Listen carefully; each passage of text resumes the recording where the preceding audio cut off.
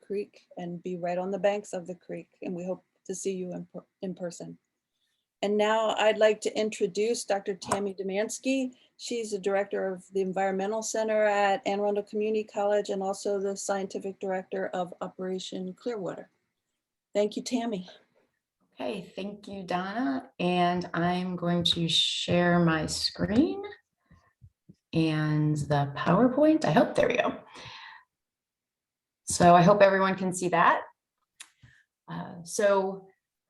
Good evening, everyone. I'm going to provide some highlights from monitoring that we've been doing along Spot and Back Creeks. I'm going to provide some of the updates from 2021 and also put it in context over the 6 years of monitoring that we've been doing. Also, I want to thank, obviously, Spot Creek Conservancy, who has supported all of this work, and Live Water, associated with Capital Sup, who's supported work on both Spot Creek and on Back Creek. In addition, toward the end of the presentation, I'm going to switch over, and Jason Burkholder is going to present some initial data from a new project that was initiated part of last season on Hawkins Cove, doing some post-storm monitoring. Okay, so the 2021 monitoring plan is pretty consistent with what we did in 2020 and even 2019. We've really come to a plan that seems to work really well through the season. We start about the 3rd week of May, and then we sample through the end of September, doing weekly. We get 1 or 2 samples in May, and then weekly through June, July, and August, and then 2 samples in September. The plan involves sampling at 9 locations, tidal locations along the length of Spot Creek, and those are collected by boat by Jason Burkholder and Patrick Denker, who have consistently been doing that now for several years. The plan is that even though they do all of those by boat, we used to go to some of the sites, some of the shore sites, and drive there, but now they just take the boat there. So there are 4 shore sampling sites very near the shore, and then 5 midstream, and I'll show a map in a second. And then we also still have the 2 locations, the non-tidal at Cherry Grove and Children's Museum, that are collected by Donna Jefferson consistently forever since we started this project, which has been wonderful. Weekly, we collect water samples and measure Enterococcus. At 9 of the sites, we measure temperature, dissolved oxygen, pH, salinity, clarity at the tidal sites. Those data that are collected with YSI, we do at the surface, mid-depth, and just off the bottom. And then bi-weekly, total nitrogen, total phosphorus, and chlorophyll. The total nitrogen and total phosphorus are also measured at the 2 non-tidal sites, but chlorophyll is not. And then Back Creek, 2021 was the first season that we not only collected samples for bacterial measurements, but also were able to regularly, weekly on the same schedule, measure the YSI data, the physical parameters, and also collect sample to do total suspended solids, which we also do all of them. I think is hidden here behind my, who's here. I can't see the total suspended solids. So this is just a map showing the locations along the length of Spot Creek. Again, we have sites that are midstream, several of them toward the mouth of the creek, Acton Cove, Old Sup, where which used to be a shore site, but is now midstream at that area, where just off where the new marina has been, well, the renovated marina is. And then along the creek, here's Children's Museum and Cherry Grove, the non-tidal sites. And then we also have here in Hawkins Cove, right off of the dock from Patrick Denker. And that's a nice site because there's a lot of restoration work that's been done up in Hawkins Cove by Spot Creek Conservancy. And then on Back Creek, we have a site very close to the headwaters, right at Javens Marina, right at the inlet near Watergate Apartments, Condominiums, and then here near Mears Marina, or near Mears Marina. As everyone's aware, rain affects everything. So we track the total rain in the season. This is not this total rain is in inches. It's not for the total year. It's really during the season. And we collect most of that data from volunteers that report that data to COCO-RAS. COCO-RAS that involves individuals that have standardized rain gauges. In addition, some of the data this year was also collected due to data that was collected from a weather station at Patrick Denker's Pier also, which gives a lot of real-time data. When we look over the 6 seasons, as mentioned, we've sort of settled on the 17 sampling dates. The number of those sample dates that were affected by at least 0.2 inches of rain. We used to consider 0.5 or above, but we realized depending on timing, less rain can still affect some of the results. So we've been monitoring, oops, sorry, that was me. And then looking at a percentage of the sampling days that were affected by at least 0.2 of an inch of rain. We look at about a third of them this year. Many years, it's about a third of them. 2017 was an exception. We just got really dry days before in and around sampling. And 2020, even though the total amount of rain wasn't very high, there were enough small events that affected a significant number of sampling days. In addition, we consider rain that's falling within 48 hours before monitoring. So when we look at bacterial counts in Enterococcus, this is looking at the tidal site. So this does not have Cherry Grove and Children's Museum in it. The reason being that it's different parameters, right? The cutoff, the thresholds that we talk about for Enterococcus really are associated with water that would be more associated with swimming. We have seen data from other headwaters areas also that when you're in the non-tidal, that it doesn't take much, and those values tend to be significantly higher. A lot of that we really think is due to animal activity, especially in these areas where you have a lot of houses, a lot of buildings. So like the wildlife is actually kind of like pushed down into the stream area. And so we think that has a significant role in that. So when we look at this, a geometric mean takes away the extremes, right? You can only go as low as 0, but one rainstorm can give you very high numbers. So the geometric mean takes those extreme numbers out. And since we have enough data points, we also then look across the season at that geometric mean. The threshold established by the EPA is less than up to 35 colony forming units, bacteria, Enterococcus per 100 milliliters. So here, when we look at 2016 through 2017, keep in mind that in those years, we really did have fewer sites. And so we had like Hawkins Cove, there were more of the sites were associated with areas that tended to have higher bacterial counts. So it's not necessarily so that all of a sudden in 2018, there was this huge improvement. It's just that that's when we went to having significantly more sites that we sample at, including those that tend to have lower bacterial counts. Again, this just lists the number of days affected by rain. And then, oops, sorry, I'm losing weird things here. One thing that I wanted to note is there was concern, on all of our parts, mine also, that the construction site, the renovation at the marina by SUP would have a very detrimental impact on the water quality. And in fact, we haven't really seen that through the years of the construction. When we look at bacteria, there was not a huge addition, a huge change in the bacterial concentrations.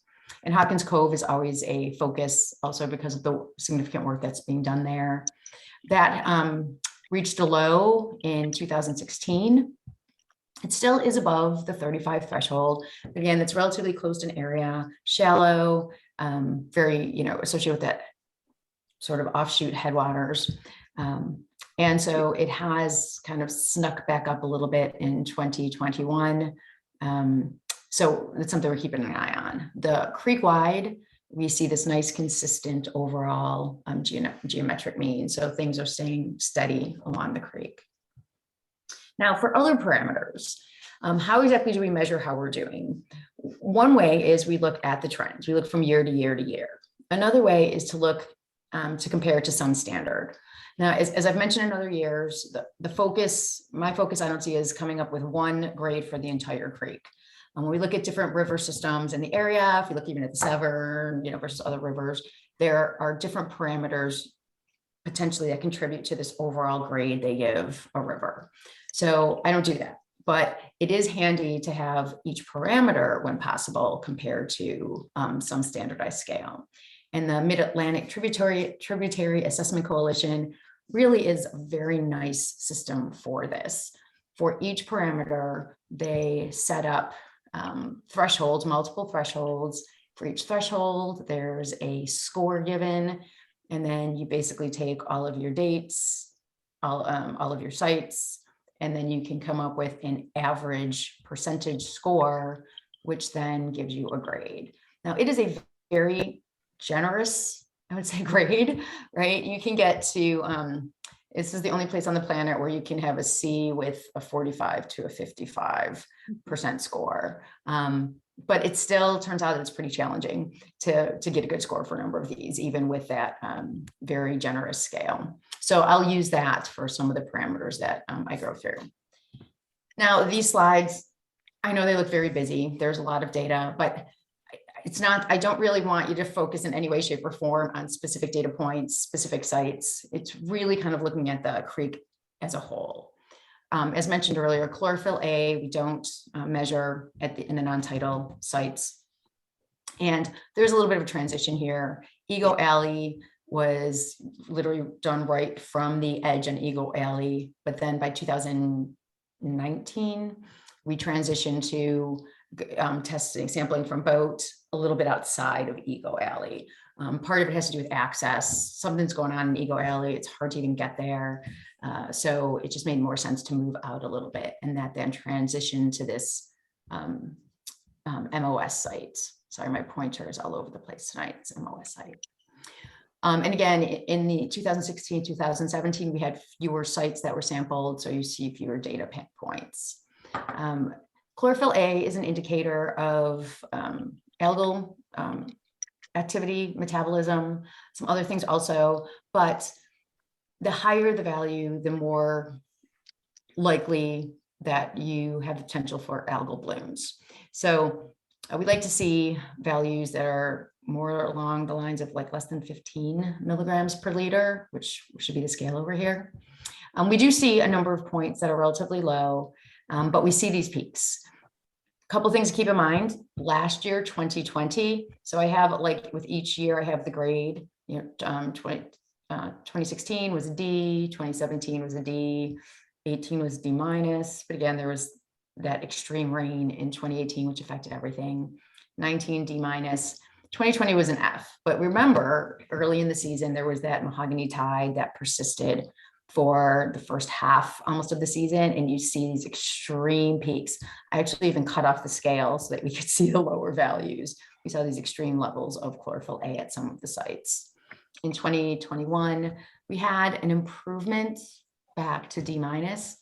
There really wasn't any persistent reported long-term algal bloom, so it was a little disappointing that we were still at a D minus.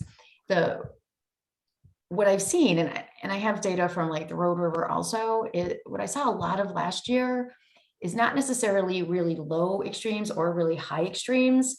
It seems to be this clustering. So there seems to be less of an effect of headwaters versus mouth, midstream versus shore. I've seen that, again, this is the second place where we see this sort of data where there seems to be more of a clustering around a relatively low value. These two trend lines, one of the trend lines is for Hawkins Cove, one is for EYC. And so I make the point here that there are slightly different minor, trends going on in the creek. Some are getting a little better, some are getting a little worse, but overall it's staying not very good. Okay. Total suspended solids, again, just data all over the place. But what we did see is that in 2021, there is a slight decrease overall creek-wide. These two trend lines here, one is shown for Hawkins Cove, which Hawkins Cove, and this has been one thing that has been a progressively good piece of good news, is that we've seen over the time with the work that's been done in Hawkins Cove that there is a decreasing trend at Hawkins Cove. There was an increase. Hawkins Cove is kind of creeping up a little bit, and we're not sure if that's just an outlier or if there's something going on, like little saturation of some of the restoration that's been done, some overflow, that type of thing. But it's not, it's considered a significant increase at this point, and the overall trend is still down. When we look at EYC here, to look at the mouth of the creek, that has been pretty consistent for that trend.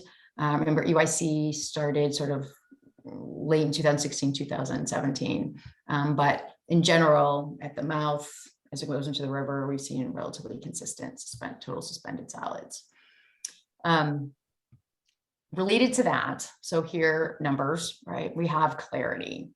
And we measure this with Secchi disc, and there's just, I don't have good news for this. This is something that, is not just been, I've talked to people on multiple rivers in Anne Arundel County, and clarity is just not improving. It's been decreasing. It's been decreasing over the past several years. From 2020, even when we had that extreme algal bloom, in 2021, the clarity was still worse. Again, we seem to see that sort of clustering around a low bad value. There are several ways when we look at the score. There are two scales that can be used. 100 centimeters, right? That meter is considered a good threshold for enough clarity for underwater grasses to grow. The MTAC also uses 180 centimeters as the cutoff it uses for its highest score. We just never see that. That is the scale, I will say, that is the scale used to do the grading, just to be consistent with MTAC. But regardless, when we look at the creek-wide average, it's 58 centimeters. That's not even close to the 100 centimeters, the meter that would be sufficient for SAV growth. They're not completely inverse of each other, but total suspended solids can affect clarity, but there are other things that can play a role in what affects clarity. This is just a little bit more detail on the TSS. I'm showing some sample sites. I don't show the average for every site. That would be even more overwhelming than all of the data that you already see. The optimum, it's for the health of the water, would be total suspended solids below 15 milligrams per liter. And we just don't see that typically along the length. Even at the mouth, even at UIC, there was, again, we see in 2021, there was a slight increase. At SUP, there was a decrease. So it's just 19 was relatively low. There was an increase in 2020. I will say that I slightly suspect that total suspended solids may have something to do with the construction that was going on there. There's a lot of construction going on in 2020. I don't know, right? So we may never know, but we saw that actually did come down somewhat, the total suspended solids in 2021. Hawkins Cove, as mentioned, the overall trend has been downward. In 2020, we saw an increase. Again, whether that's some long range effect, we don't know from construction, but it has come down a little bit in 2021. At the non-tidal sites, Cherry Grove always looks nice and clear, but there was a slight increase, and Children's Museum stayed about steady. You see overall in 2021 that total average creek-wide came down a little bit from 2020. But again, overall, still not great, and clarity is definitely decreasing. Nutrients. So for nutrients, there is also a little bit of good news. So for total nitrogen, the grade improved significantly. We went from a D+ to a C. And also in this case, there are different thresholds for the freshwater non-tidal sites.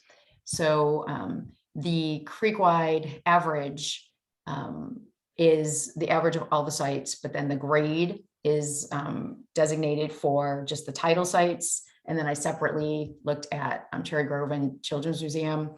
And now that we have enough seasons of data, even though there's only 2 sites, we have enough data points that I really felt more comfortable looking at those individual or separately as this non-tidal. And those look pretty good overall. They have a consistent B. For the rest of the sites, the tidal sites, there was improvement to a C score. And when we see again, Cherry Grove went up a little bit, but again, is still in really good shape. That's one of the 9 tidal. If we look at Hawkins Cove, Sup, kind of midstream, and the mouth, in all cases, there was a decrease from 2020 to 2021. So we've seen that that trends a little bit over the past couple of years. Total phosphorus, a slight improvement from an F to D minus. Again, the non-tidal have maintained a good score, a good grade. We saw slight decreases at the 3 sites here and creek-wide also. So that's also some good news for the scores for nutrients last year. Okay, dissolved oxygen. So dissolved oxygen less than 5 milligrams per liter becomes unhealthy for aquatic organisms. And as you go lower and lower, it stresses out differing ranges and increasing range of aquatic organisms as the levels go down. Overall, when we look at the creek-wide average, and this is bottom, middle, and surface, just one big picture. What I will say is we have not really seen on Spa Creek any really large persistent dead zones. Spa Creek is pretty shallow. There aren't really, really deep areas where we tend to see very long-term, really, really hypoxic conditions. Overall, the score average takes us to a C. I actually have the concentration average on a later slide when I talk a little about Back Creek. But there's some places that are significant challenges, right? Hawkins Cove, even though it's relatively shallow, it also is more still, less movement, less mixing in, less light penetration. There's just challenges there with dissolved oxygen. Okay. Now, if you look, there is an improvement in 2021, which is good news. And so the grade for dissolved oxygen has increased somewhat as we look from 2020 to 2021.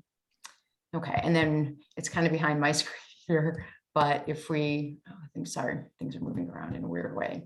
But you see 2020 was not a great year for dissolved oxygen. Again, algal blooms, that large algal bloom had a really significant effect. But it's, it improved, but it brings us back to basically where 2019 was, which was lower than 2018, et cetera, et cetera. So we may be kind of creeping back from a bad year last year, or the overall trend may be taking us down. We're not going to be sure until we have a couple more years of data. Okay, so now a little movement into Back Creek before I, just make some general comments. So Back Creek, as mentioned, we are looking at 4 sites. So I'm actually going to go two ahead, to show everyone where those sites are, even though I mentioned them. When just bacteria was being done several years ago, we looked at these 6 sites. At BCC1 in one of the kind of headwaters area, BCC2, Javens Marina, the little cove by Maritime Museum, over here near Watergate, and then over here at Mears Marina. When the other parameters were added and total suspended solids, we cut down to the 4 sites, BCC1 here in the extreme headwaters, which has always been a challenged site, BCC3 here at Javens, BCC5, and Mears Marina. So we go back here to look at some of that data. When we look at, again, the dissolved oxygen, it looks pretty similar to what we see along Spa Creek. When we look at the score, the overall score, again, is a C. No surprise that the headwaters are a challenge. But overall, pretty reasonable for all of the there's always a concern because Back Creek has just so many marinas on Back Creek that its water quality is significantly impaired. It is impaired, but it's sometimes gets a bad rap that it's worse than it really is. So when we look at then, some of the data along Spot and Back Creek, on the left side, you see the score, the MTAC score, the percentage, and on the right, you see the overall dissolved oxygen average. And on Spa Creek, all sites, all the tidal sites, bottom mid surface, we see an overall average right about that 5. Now, it doesn't mean that, by no means means that we do not have sites that have extremely low dissolved oxygen on certain dates. But, overall, it's looking okay-ish, right? This is the most I'll say there. Back Creek, the overall average is somewhat lower. And on this side, it shows that the concentration. And as you'd expect, areas that have a higher grade have an overall higher average concentration. When we really deep dive into the individual sites, that's when we see areas where on occasion we see really low dissolved oxygen at the bottom. But again, nothing really seems to persist long-term. For the bacterial counts on Back Creek, the headwaters again, has a very high, this is geometric mean, so it's also really high. Extreme, significantly affected by rain. When we get rain, those numbers go very, very high.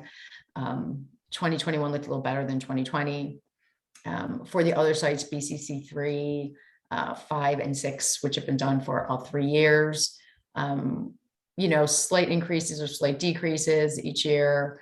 But for 2021, at least, all 3 of those were significantly under the 35 CFU per 100 ml threshold. So overall, it looks generally healthy over the long term. Clarity on Back Creek, not good.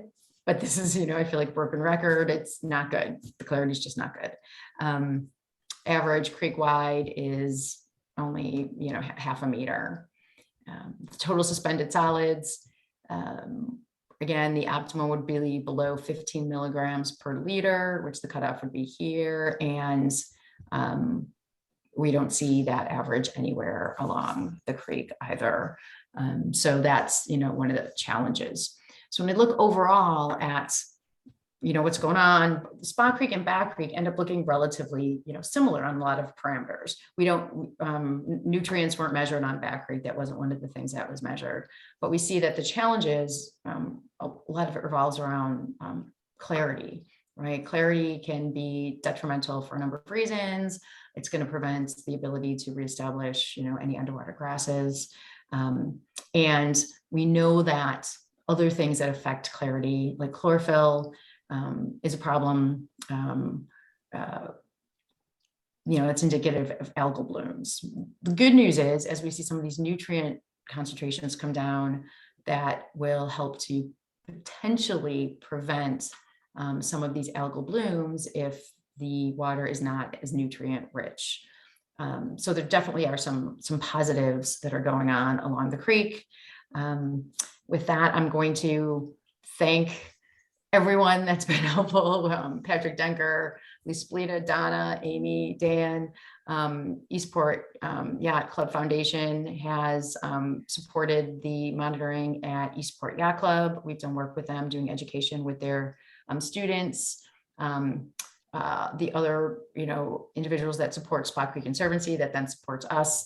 Greg Malley, who has put together the app where all of the data is recorded and then can be manipulated from the Spot Creek and Back Creek data. Jason Burkholder is going to talk to you in a minute. Maggie Dillon last year helped also with the initial storm water studies, and Live Water, Kevin Haggis and Brian, who have supported the work on Back Creek. Now I'm going to switch gears and I'm going to mute in a second, and I'm going to introduce Jason Burkholder, who did work, some initial studies of tracking some effects of stormwater in Hawkins Cove and some very initial observations from that. So Jason, I'm going to keep sharing, but I'm going to mute and then just tell me when to forward the slides. Okay. Everybody can hear me? Good. Yeah. Okay. So what we were looking at here is the effects of storm events on different parameters in the Hawkins Cove specifically. It was originally thought up just to see what's going on, like how does rain affect the area. So we looked at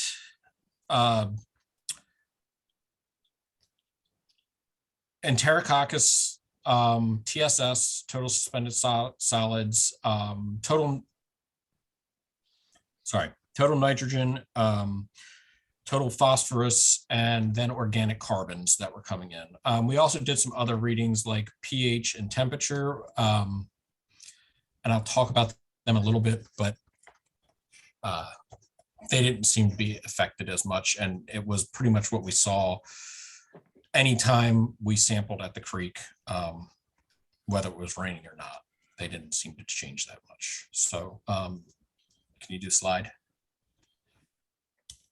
So these are our 3 sites. The first one, oh, you guys can't see me pointing. So the first one is the creek merge right there. So that is a non-tidal site, and that would be just upstream of the final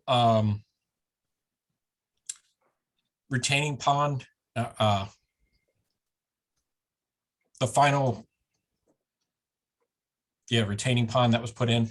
And it's also where 2 different creeks come together. So you have the main creek, and then in that darker green area there's another creek that comes down sort of in that little valley. The second one was the public pier, which is right down the hill from the housing authority. And that's about as close as you can get up creek. That's still tidal. And then the last one was right off Patrick's dock.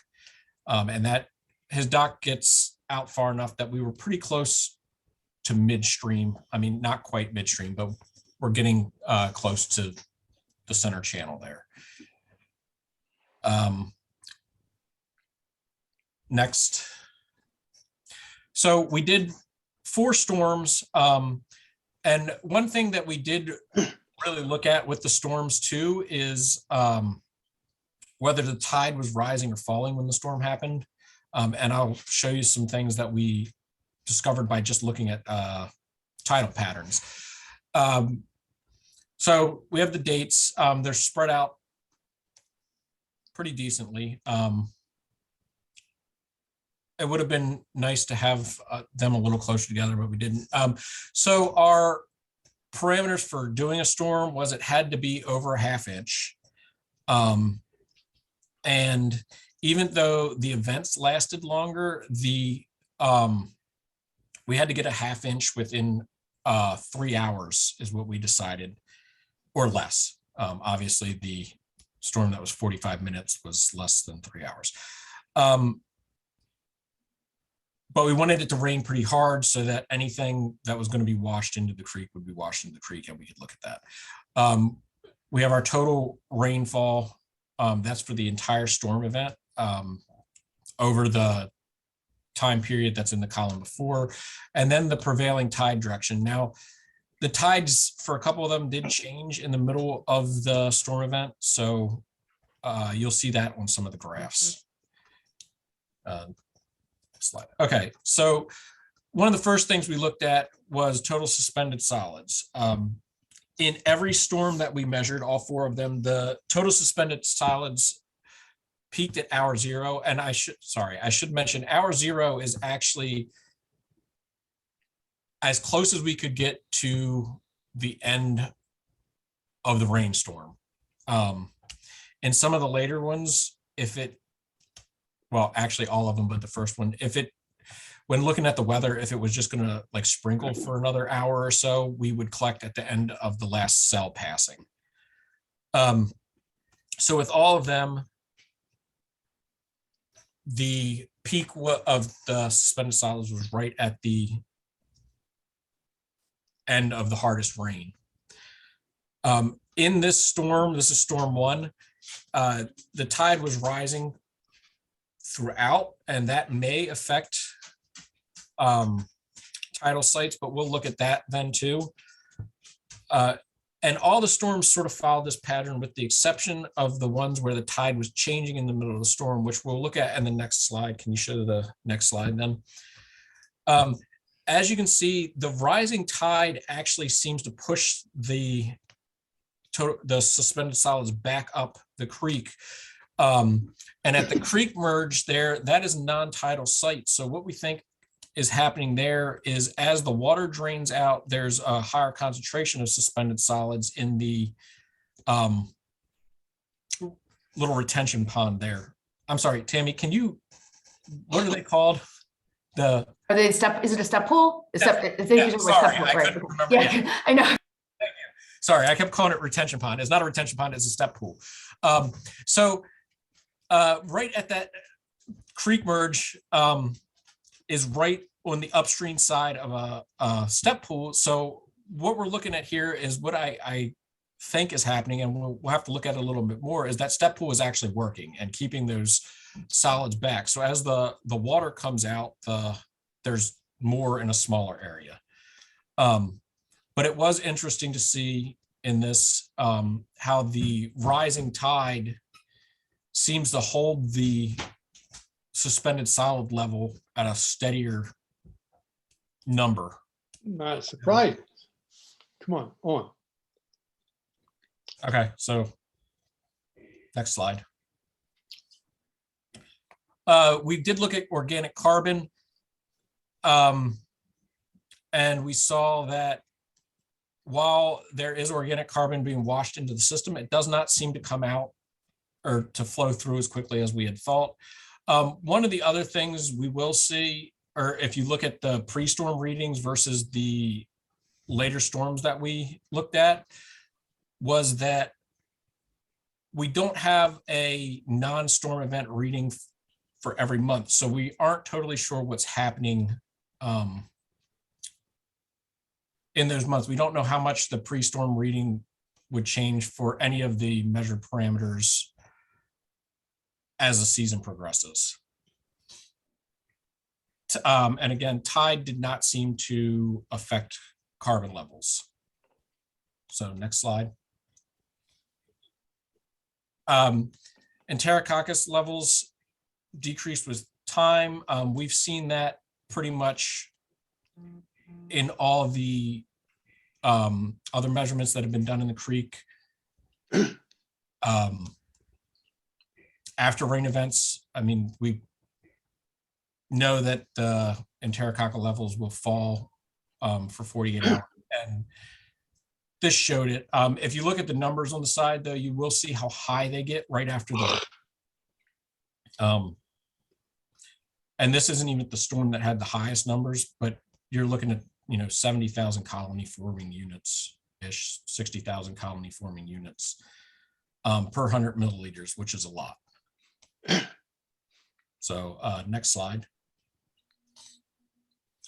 Again, we looked at nitrogen and phosphorus, and you can see again that the pre-storm measurements, we do get a spike when the storm comes through. Sorry, this is nitrogen now. And again, this doesn't seem affected by tide at all. And you also see that as time goes on,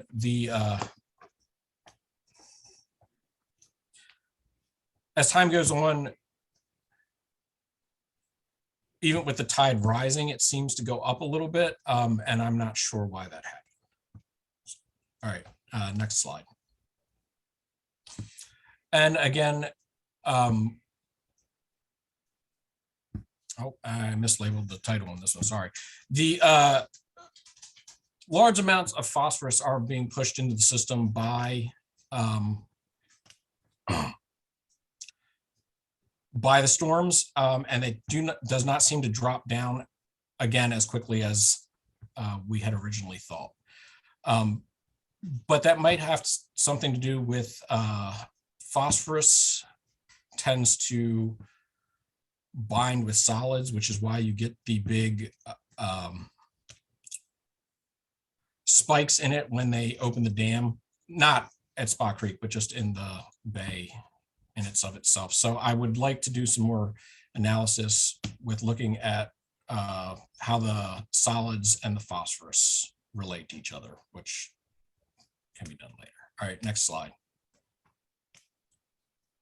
All right, so what we learned so far, and again, it's only 4 storms, that the total suspended solid concentrations were significantly affected by tide. Nutrient levels were not significantly affected by tide, but were affected by rainfall. Because the pre-storm sample was taken in March, it may be useful if we do this again to have pre-storm samples taken throughout the season or throughout the project, so we can compare month to month instead of just one at the beginning of the project. It would be nice to do some analysis looking at wind, tide, and rainfall, because we know that Spot Creek is affected by wind, not just tide. If the wind is blowing to the west, the water definitely gets deeper, right? Yeah, to the west, the water definitely gets deeper, which could actually impact the amount of total suspended solids that are in the river. And if we continue to do it, both a flow meter, which would tell us which direction the water is flowing and how fast it's flowing, and a continuous sampling system would give a clearer view of what happens throughout the rain events. Because for this, we only did 3 sites and 4 samples spread out how we could. With a continuous sampling system, we could take a sample every 10 minutes or half hour or whatever. So we would have a better picture of what is happening. Next slide. Any questions?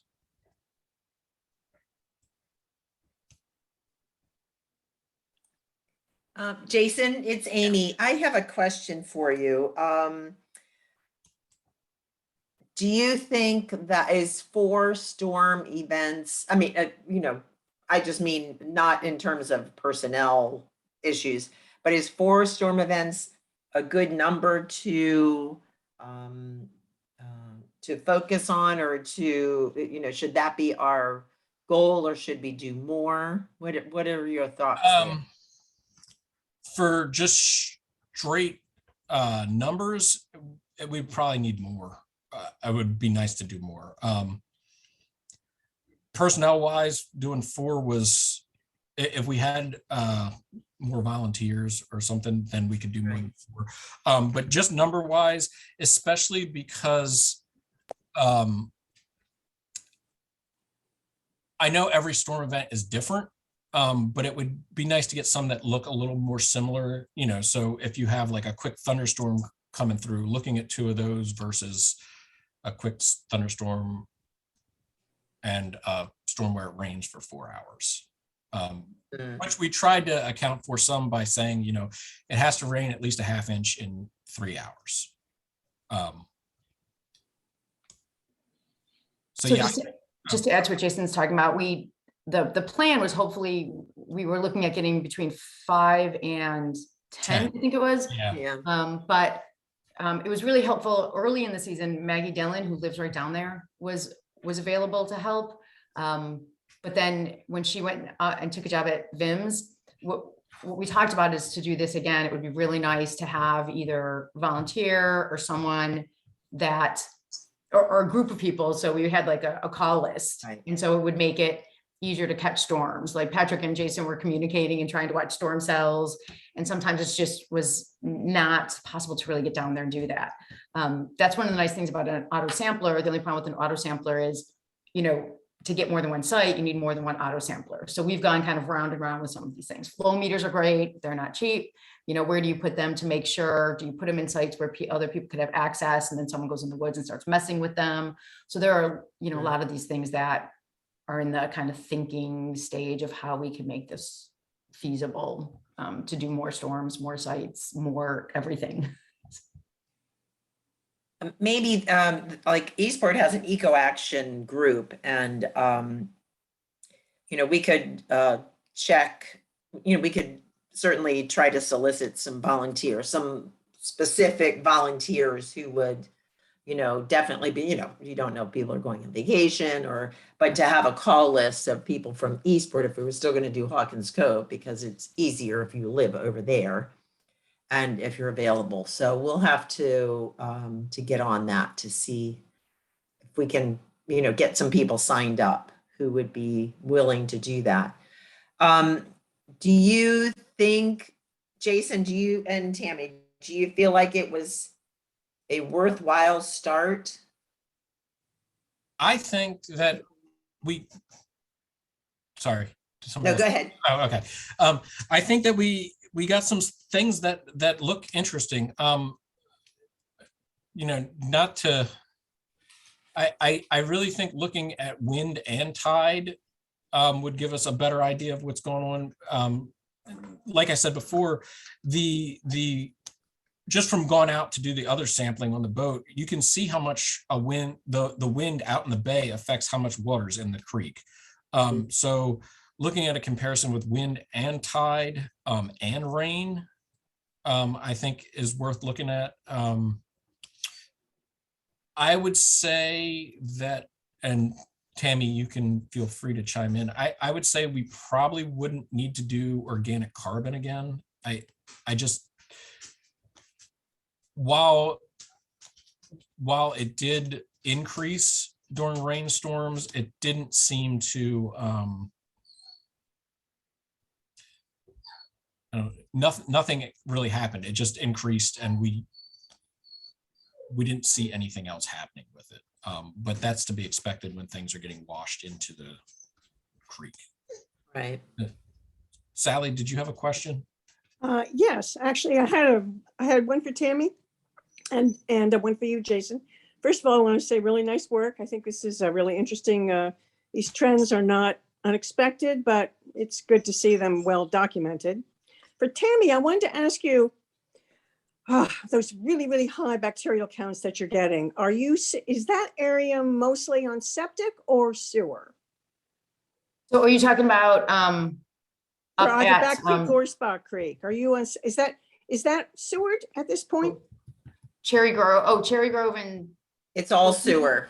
yeah, It's all so that's sewer? not, there's not. Yeah. The entire creek is sewer? Yes. Okay, so and you have no reason to believe that there's a fail in the sewer line, right? So again, so we're talking about up in Cherry Grove, up in the non-tidal, right? Well, wherever you get, I mean, just Yes. because those very high counts come after the storm, I'm particularly thinking about that. Yeah, Those so very high counts after the storm. Do you think that they could be failure of a sewer line, or is that really just wildlife runoff, do you think? I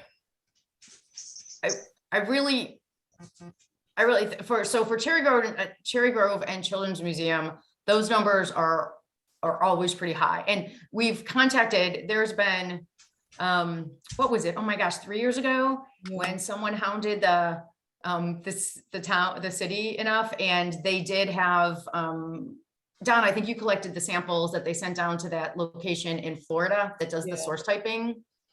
And their results said that it was not human. They never really showed us the specific data, but they said, no, it's not human. Yeah, so it's not really failure sewer line, probably. It's really just wildlife runoff. Yeah. Yeah, I know. It's pretty incredible, isn't it? You think it's worth having another discussion with the residents there about walking their dogs? I know. So yeah, so it's between the dogs and, you know, even though, you know, we've made the comment, like, even though up there, like, especially Cherry Grove, the water looks like this little babbling brook, and it's clear and looks just pretty, and it's just full of bacteria. So, you know, don't go traipsing around in there, and you shouldn't have your dogs going down there and using it as a restroom. So, Right. So then I also had a question for Jason about the storm samples.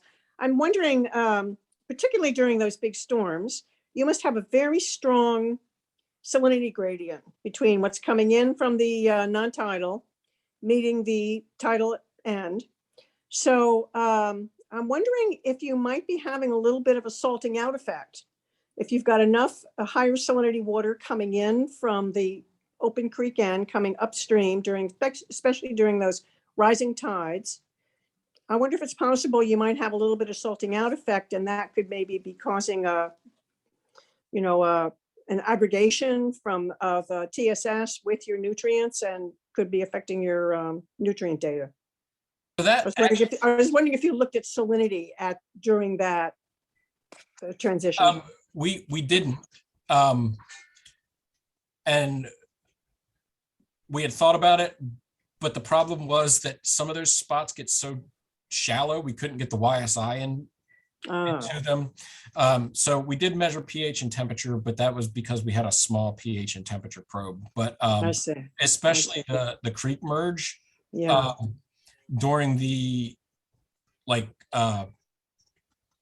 last sampling, whether it was 4 hours or that's something else I should have pointed out during the thing. If you looked at the graphs, they had different numbers for hours post-storm, because we realized at first we were doing 1, 2, and 4, but then we weren't seeing, we wanted to put the last one further out to see if it would go back down to, I guess, what we would consider normal, or what was happening further out. And so at that point, there was no way to get the YSI into the creek merge area. It just wasn't. Yeah, you could, if you wanted to check it out, you could just, use the refractometer. You only need a few drops for that. And now that you say it, I think, or bring up that point, I think it would be something that's worth looking at. It just, that wasn't a thought I had. Just could be. Yeah. Okay. Oh, that's Nice an work. excellent point. We definitely have to put that on the list, because you're right, like Sally, that's an excellent point about looking and see, like, that would really give us information about how much it's being pushed in from the tide too, because you have the fresh water coming. Yeah, definitely have to put that down. Thank you. Mm-hmm. Can I just say one thing for Sally? And I don't know that this would have any impact on the bacteria numbers up in the headwaters, because it's always been bad. But since the restoration of the headwaters, there's a lot more animal activity up there. And so, people are telling us about all kinds. Now, I don't know that, herons and hawks and those kind of creatures would be adding anything to it, probably dogs. But there has been a lot more animal creature sightings up there. Lots of more fox and probably more deer. I don't know. I don't hear too much about deer, except at the Children's Museum, there's a lot of deer, but I don't know. That's just a thought. Yeah. Mallards. Yeah. I mean, there's a lot of wildlife, and they do make a contribution for sure. So I think it would probably be, useful to talk again. I don't know. Do you have the stations up for picking up dog poop? Do you guys have those stations around? Some places, yeah. I don't know if there is. I should look up at Cherry Grove. There's one. Is there one? Oh, okay. There's And one. do you think they're used? Yeah, and I'm the one who goes and does the sampling up there, and I've never seen dog poop close to where I've walked. Right. It doesn't mean Well- it's not someplace else, and especially in people's backyards. Well, Right. right, because you only see Right. those really high counts after the rain, right? You don't see it on non-rain events. So I think it could easily be something that's just washing in from people's yards. Yeah. Yeah. Well, up at Cherry Grove and Children's Museum, even absent rain, those Yeah, it's values are high. still, they're definitely in the hundreds. Like, it is a rare Yeah. case when it's below Yeah. 104. But you're right, Yeah. the tens of thousands are definitely Yeah. after rain. Yeah. It's definitely not near the low values we see out in the open water. So. Right. Right. Can I add a couple things? So as far as, because it might change the numbers going forward. So the city is eventually going to be putting in a living shoreline at Hawkins Cove. I don't know that that's going to help with, runoff that much. I mean, I know it's more for diversity and certainly helping for water clarity and stuff like that. But that is going to be happening at some point in the future. I don't know when exactly. And I think that the SPCA for Bat Creek, that the SPCA stream restoration, I don't know when that's all either going to be happening. So that could make a big difference in Bat Creek back in that. I think Bat Creek, that's probably the number one. Is that where the SPCA comes down? I'm not sure. But those restorations are coming. And so, yeah, it might be two. I don't know. I don't know where is that St. Luke's too? Do you know? Does anybody know? Jason would know. I have to look at the map. Yeah, I have to look at the map. Was it? I don't remember. You don't know where you are when you're on the water, right? No, I mean, I try to, but yeah. Yeah, my other. There's a living shoreline down there now at St. Luke's. So maybe maybe St. Luke's is closer to, I don't know. Sorry. I'm not sure where it is on that. I have another list that has them by name. Right. I just don't have it up right now, but it does. One of them St. Luke's, one, yeah, and I don't remember which one it is that's St. Luke's. And one St. Luke's one is actually near the SPCA, and I don't remember one or two. I'm going to stop sharing and see if I can find that while they're talking. So I'm going to try to find that. And also I have a question for you. I was on a call last night with residents and some contractors who are trying to do a stormwater restoration project at Tecumseh Condominiums. And I don't know if you know where that is in Eastport. It's this big condominium complex, and Jason, you would see it from the water because it was built in the creek basically. And there's not too much they can do on their property of the condos because it is built in the creek on stilts basically. But across the street, they're looking at a total stormwater retrofit of their parking lot, which their numbers are showing like huge decreases in nitrogen because it's 100% impervious or 98% impervious right now. And they're going to be changing that in the thing. So I'm wondering if we're the middle of the stream, we're off of Ego Alley. It's kind of across from Ego Alley, I think. Does anybody else know Tecumseh from the water? Jason, do you know those condos that are built like right on the water over in Eastport? It's a U-shaped building that you kind of look into the. Is it?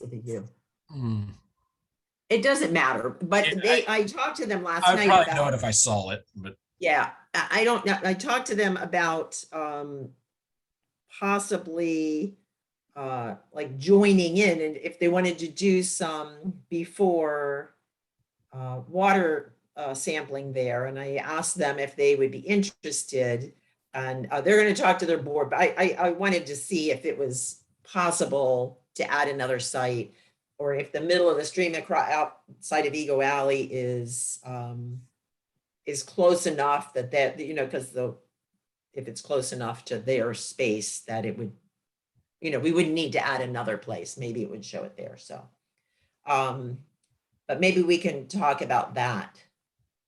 We don't have to talk about it right here, but if we're interested, they seemed interested, and it's always good to have before numbers, some kind of baseline. Oh yeah. Oh, look at this. Okay, so I'm trying to where's my little plus minus? I'm sorry, my screen is so full now with other stuff. I can't find the little plus minus to move out of here. So SPCA is BCC1, and now here we are on. So it's between chart. Yeah, you can see it. Yeah, that's Chart House. So it's that rounded. It's got the marina right in the middle of the building. So just to the right of your Chart House fork and knife, just above. That's it. That's oh, right there. Yes. Oh, okay. So the parking lot is across the street towards Severn Avenue from it, behind it. Yeah, right there where your little hand is, sort of on the other side of the street. I'm pointing myself. That means nothing, but me pointing. And on the other side. But anyway, so I don't know if it would be something to talk about adding another site, or if the middle of the MOS site would be enough to, would be close enough. So I guess it partially depends on, like for consistency of data, having the MOS again this year, but we do have a span across. So if, Yeah, I'm not telling you to we don't move. see, I'm like- not telling you to go to another place on that. So, because yeah, we do. yeah, so but we could potentially, like just have the site over here. And so I guess we can look a little bit at the data and see if there's anything really massively unique and special we're finding out at MOS. And if it really Okay. just kind of fits with the pattern of the open, open midstream and kind of what we're seeing at EYC, then maybe if it's very useful data for some pre-data before what the work they're going to do, then maybe just MOS gets a new name and just moves over here. Could be a possibility also. I'll look, but MOS is a good site. It's like the open, it's midstream, but I'm not sure it's unique enough that we couldn't just say, well, this is important enough that instead we're going to look Right. over at this, get some pre-data before that work is done.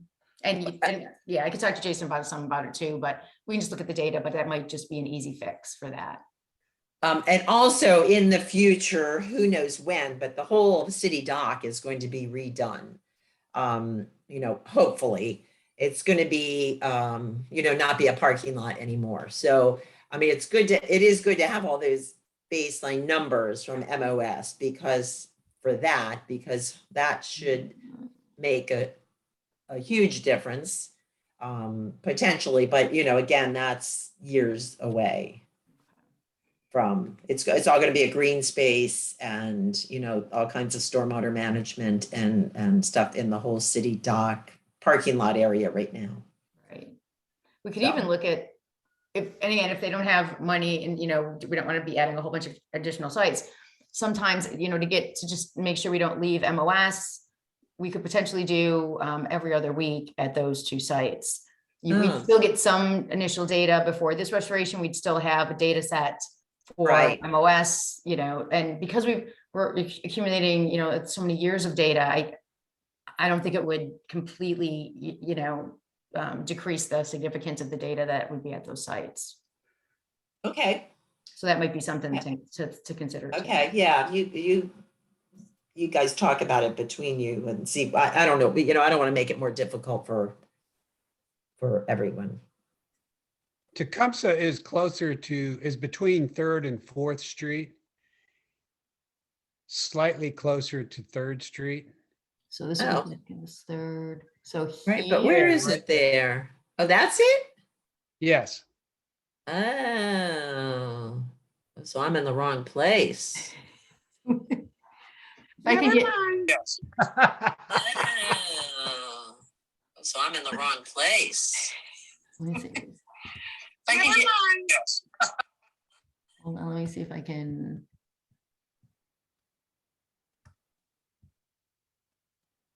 Oh, I don't know. it's right between O'Leary's and Pier 4 Marina. Oh, so is it this right here? Yes. Yes. Yes, that's Oh, it. Thank you, Jim. I'm sorry. I Okay. was in the worries. wrong place. Okay. So it could still be a possibility to every other week, for that site, or I guess that would be the one. It could still be a possibility to do every other week potentially to get some data over there. It's not out of the realm of possibility. So we can, I'll talk to, we can ponder that. We have a couple of weeks before we get started. Right. Okay. Hey, Tammy, can I ask you one more question? Mm-hmm. Did you say that BCC1 is just downstream from the SPCA? So let me go back there, but Yeah, and so my plus and minus is all messed up. It's under everyone's faces over here. So well, I'm moving everything here. Let me get.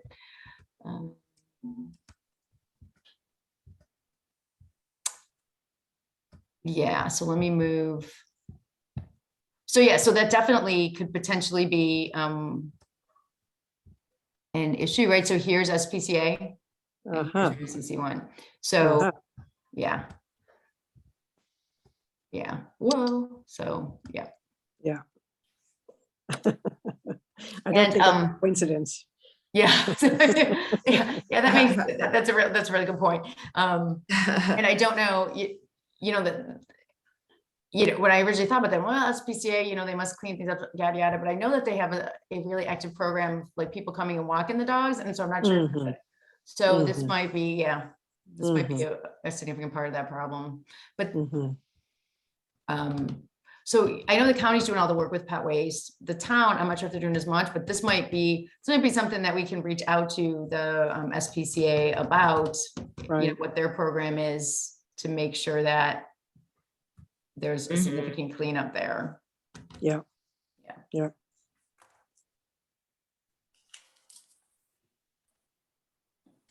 Okay.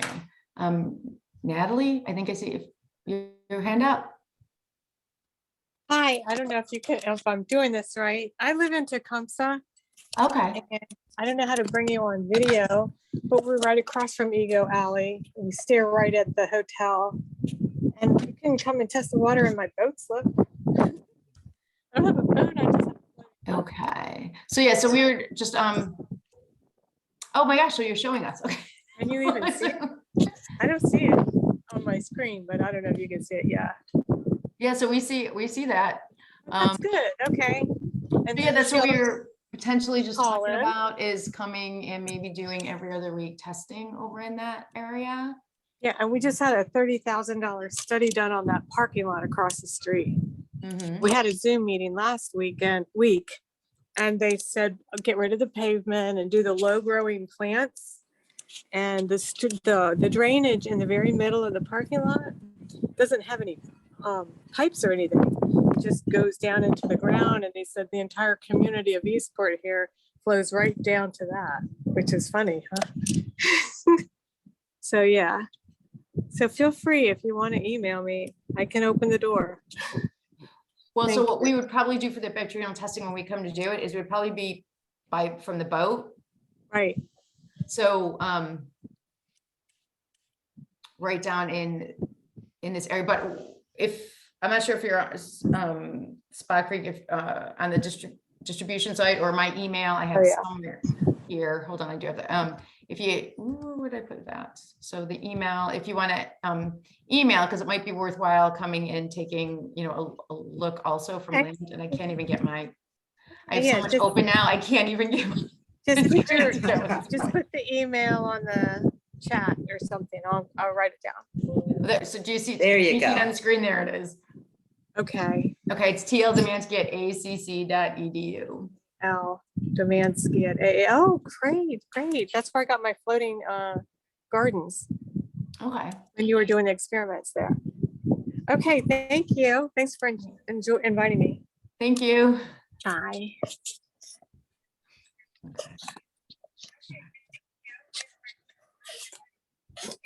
Okay. All right, I'm gonna stop sharing again. Tammy, have you gotten a overlay map or a map of the city's sewer lines, and particularly their manholes? When many years ago, for a summer job, I worked for the city survey crew, and occasionally, now this was a long time ago, some of those manholes would overflow, and of course that meant they went right into the creek. It might be helpful when we talk about sites where monitoring might occur, that some of these little alcoves are sewer pipe crossings and have manholes.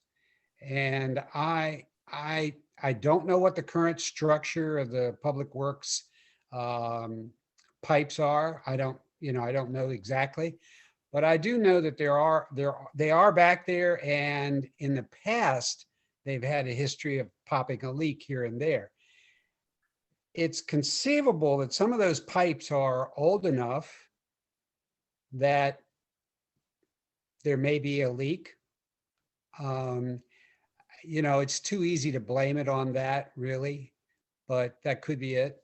So And the that's a only good question. In most of the sites that are in the main stem, since we don't see as consistent a problem, like we don't think there's a Right. consistent leak, up in, Cherry Grove and Children's Museum, again, it might be animal activity. I will say that I need to make that request to the city. Unlike the county, which has these very interactive maps, the city of Annapolis does not have that. So for the county, I can go in and I can see, like, you can see everything. You see the stormwater drains, you can see, Right. and the city does not have that set up. That is definitely an activity that's worthwhile to put to that request. And I think with the new setup, it might be easier now with the new setup of the environmental office, that there's been a greater focus on having a more open and active environmental office. So I'll have to reach out and request that. But that is a really good point. That is a really good point. That we can, pursue that also. I have, Also, we were mentioning sources of bacteria, and there are nesting pairs of mallards in the creek above Spa Creek, above South Cherry Grove. Mhm. And there is a lot more wildlife activity. I was down there recently working on a project at the bridge, the little footbridge, and I noticed there's a lot more wildlife activity, bird life and whatever. I don't know that that's attributable to the bacteria increases, but it could be. I think we're getting a lot of animal waste from somewhere. Yeah. So I and think some it's out there. sometimes swapping one problem for another, right? Because there's a lot of work done up in the Cherry Grove area, right? They did all of that restoration and they did along the creek bed.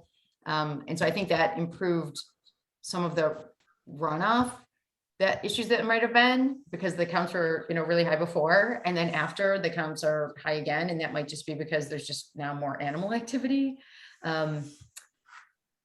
A lot That's of also dog something walking. else we could figure out, what animals, whether it's dog waste or other types of animals. It's, as I said, like one time the city did do a sampling up in that area and told us that the results showed that it wasn't human. That doesn't answer the question whether it's dog waste or wildlife. When we do sampling at other places that are non-swimming areas, like when we're doing stuff for restoration along some of the other rivers and creeks, it's common to have higher numbers in those non-tidal upstream areas. And they can get pretty high. Like basically the more wildlife you have, it does not take a lot of fecal matter and a little wash in to get extremely high counts. And so I really don't know if that can ever be permanently or really taken care of, if it really is animal activity. Also, at the end of Lincoln Drive, it dead ends in a culvert. I don't know what you call it, a catch basin. And that is filled with lots of trash. And does your survey go up that far? Because that may be where, somewhere along that area of the creek, which is really where the creek begins above ground. And it's behind the Lincoln, I think they call it Lincoln Park, the African-American community, or the industrial area of Lincoln Drive, where the creek begins. There's a community called Southwoods, and sort of down from the Legion Avenue post office. That area is, I remember it as a almost clear running stream. It is not clear running now. So it might be interesting to, at some point, maybe look there, because that could be the source of some of this problem. I just don't know, somewhere along that area, because I don't think you're monitoring anywhere up there. Just So up we had, and I'm not sure if we made it up to all the way to Lincoln. I guess one of the time, a couple seasons ago, I did some tried to do some traipsing around to find to look upstream even further. And there are some places that are just almost impossible to get to, either because of their businesses there, or it's, there are a lot of homes there, and you're really traipsing through a lot of people's backyards, and like cold knocking on someone's door and saying, hey, I just want to go traipsing around your yard. Sometimes it's not an easy thing to do. Yeah, there's a So church back there that we might find a way to get to. I don't know. I'm shooting in the wind here, but there's definitely there is the possibility of access. I'll try to explore that a little more and maybe come up with a suggestion. But you're right. It is hard because you're either on private property, or it's fenced in, or it's a commercial area, and it's just, you can't get back there. if there's a church in the area, that would be a great place to start, because it's easy to, like contact someone, from a church, from a church. So that would be wonderful. It's not easy to contact people at that church. Oh, really? Oh. No, that's No, it's not. We did not it. there 24/7, believe me, or even. Joe Berg, who was our main contractor from Biohabitat during the restoration, he actually went to the services at the church on a Sunday and then stayed after, so he would be able to talk to someone. I mean, he was so determined because nobody would respond. You could never find anybody. I can believe, I can yeah. totally believe it. But there's a lot up there in that headwaters where Jim's talking about. I mean, it's all industrial up there off of Lincoln Drive. It's a massive amount of everything, tons of runoff, no stormwater management, nothing up there. So, I mean, that's a big something waiting to happen. But so yeah, I mean, it could be coming from up there. And we've always talked about doing like sampling, like getting people to run out. I mean, like Jason's doing for that, but like just up there, up in the headwaters. And we know there's some people in Southwoods, and maybe we could get somebody to, we did a big project there. Maybe we could get somebody to go out, a couple times during storms and. Yeah. Yeah, even if you get some sporadic starting samples, and if they look really bad, sometimes like having the data show people like, oh, we have this, sporadic data, it looks really bad. Now we really need, sometimes that can help to get people's attention. Yeah. Had a fruit. Okay.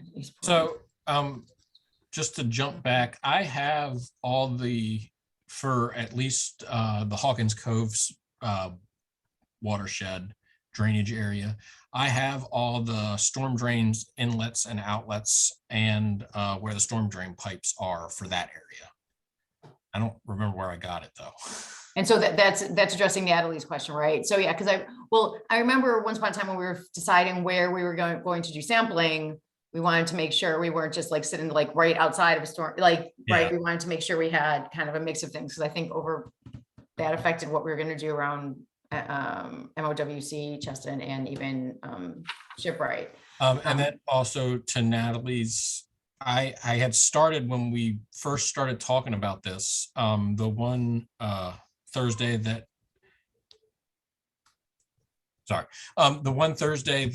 Patrick and I were out, I had started going, we went down the one side of the creek when we were sampling and looked at where all the at least easy to see outfalls were, like above the water line, and then back up the other side and looked at those. So I know where a bunch of those are, but I don't know what all feeds into them. I know some of them just look like they come to the end of the road and then just go into a drain pipe that empties into Spa Creek, but I'm not totally sure about where all those come from. Yeah.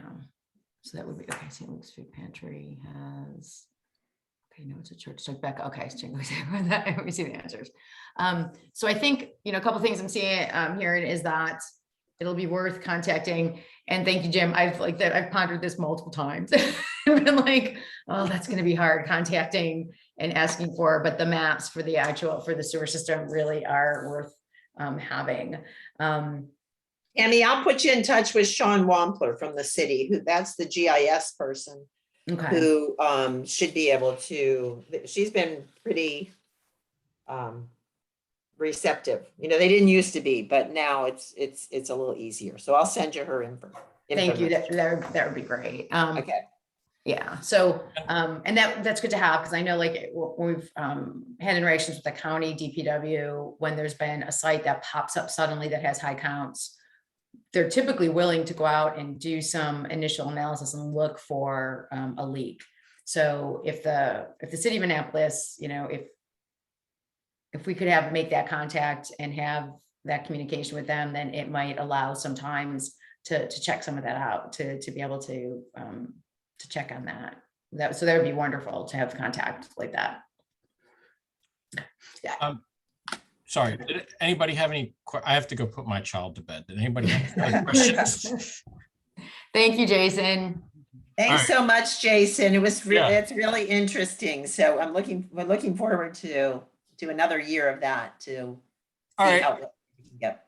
Yep. Thank you, guys. See ya. Thanks. Bye. Bye. Bye. Anybody else? I guess we're good, huh? Are we all done? Okay. I don't know. I didn't look at the chat thing, so I don't know if anybody had questions. Is that all, Natalie? Yeah, I think we've We're good. addressed everything. Yeah. Okay. Okay. Okay. Thanks so much, Tammy. It was really very sad, but it was really good to have. There is some good news, and I'm telling you, there's a theme going on with clarity and stuff that along in a lot of locations, a lot of the rivers, and we're not exactly sure what's going on, and that I don't know. Yeah. So, but our nutrients look good. There's definitely some good news too. So there's definitely some good news. More people, more houses, more developments, you know. Yeah. Hey. Yes. All right. Okay. Thank you, everyone. Good night. Thank you. Thanks, Tammy. Bye. Thank you, Thanks, everyone. Donna. Good night. Bye, Bruce. Good Bye, night. Chris. It was so nice to see you. Thanks for all you guys do. Bye-bye. Bye. I don't know how to do this. I don't know how to do this. Oh, I have to leave. Bye. Oh.